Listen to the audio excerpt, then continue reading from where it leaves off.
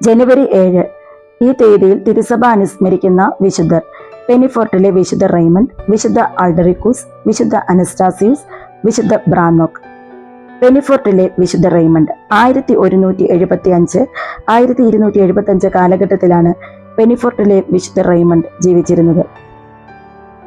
സ്പെയിനിലെ അരാഗോണിയൻ പ്രഭുക്കന്മാരുടെ മകനായിട്ടാണ് പെനിഫോർട്ടിലെ വിശുദ്ധ റെയ്മണ്ട് ജനിച്ചത്. അദ്ദേഹം നല്ല വിദ്യാഭ്യാസം നേടിയിരുന്നു.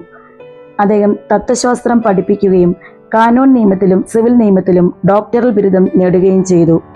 41 വയസ്സിൽ അദ്ദേഹം ഡൊമിനിക്കൻസിൽ ചേർന്നു. 1222 റെയ്മണ്ട് ബാഴ്സലോണയിലേക്ക് തിരിച്ചു വന്നു. 6 കൊല്ലം ബാഴ്സലോണയിൽ പഠിപ്പിച്ച ശേഷം വിശുദ്ധ പീറ്റർ നൊളാസ്കയോട് ചേർന്ന് വീണ്ടെടുപ്പ് മാതാവിന്റെ സന്യാസ സഭ സ്ഥാപിച്ച് അടിമകളുടെ മോചനത്തിനായി അദ്ദേഹം പ്രവർത്തിക്കുവാൻ തുടങ്ങി.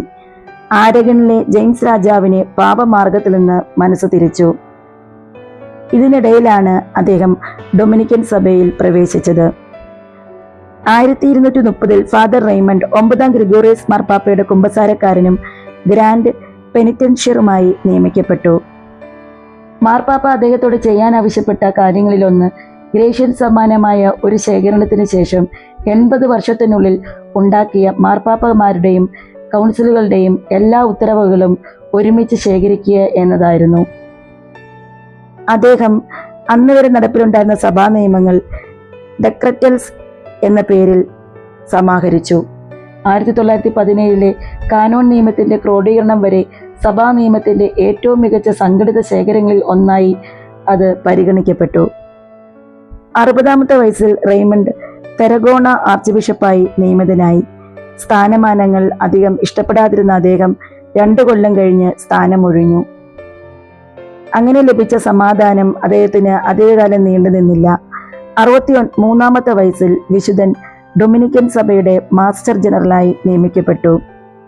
എല്ലാ ഡൊമിനിക്കൻ ഭവനങ്ങളും അദ്ദേഹം കാൽനടയായി സന്ദർശിച്ചു. മാസ്റ്റർ ജനറലിന് സ്ഥാനമൊഴിയാനുള്ള വ്യവസ്ഥ അദ്ദേഹം നിയമത്തിൽ വരുത്തി.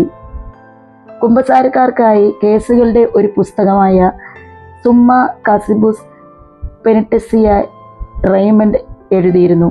കേവലം പാവങ്ങളുടെയും പ്രായശ്ചിത്തങ്ങളുടെയും ഒരു ലിസ്റ്റ് എന്നതിലുപരി കുമ്പസാരത്തിലേക്ക് കൊണ്ടുവന്ന പ്രശ്നത്തെയോ കേസിനെയോ സംബന്ധിച്ച സഭയുടെ പ്രസക്തമായ ഉപദേശങ്ങളും നിയമങ്ങളും അത് ചർച്ച ചെയ്തു. പുതിയ ഭരണഘടന അംഗീകരിക്കപ്പെട്ടതോടെ 65ാമത്തെ വയസ്സിൽ അദ്ദേഹം രാജിവെച്ചു. 18 വർഷം കൊണ്ട് 10,000 പേരെ അദ്ദേഹം ജ്ഞാനസ്നാനപ്പെടുത്തി. 35 വർഷക്കാലം അദ്ദേഹം പാഷണ്ഡതകൾക്കെതിരെ പ്രസംഗിക്കുകയും സ്പെയിനിലെ മൂർമാരുടെ മതപരിവർത്തനത്തിനായി പരിശ്രമിക്കുകയും ചെയ്തു. അദ്ദേഹത്തിന്റെ പ്രേരണയിലൂടെയാണ് സെന്റ് തോമസ് അക്വീനാസ് വിജാതിയർക്കെതിരെ എഴുതിയത്. സെന്റ് റെയ്മണ്ട് പെനാഫർട്ട് 100 വയസ്സ് വരെ ജീവിച്ചിരുന്നു. 1601 വിശുദ്ധനായി പ്രഖ്യാപിക്കപ്പെട്ടു.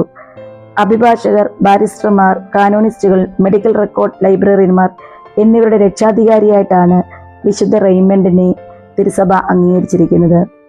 ശാരീരിക അടിമത്തത്തേക്കാൾ നീചമാണ് പാപത്തിനുള്ള അടിമത്തം. പ്രസ്തുത അടിമത്തത്തിൽ നിന്ന് മോചനം നേടാൻ നമുക്ക് ഉത്സാഹിക്കാമെന്ന് ഇന്നത്തെ വിശുദ്ധന്റെ ജീവിതത്തിലൂടെ നമുക്ക് ചിന്തിക്കാം. വിശുദ്ധനായ റെയ്മണ്ടേ, ഈ ലോകത്തുള്ള എല്ലാ പാപികൾക്കും വേണ്ടി പിതാവായ ദൈവത്തോട് നിരന്തരം മധ്യസ്ഥം വഹിച്ച് പ്രാർത്ഥിക്കണമേ.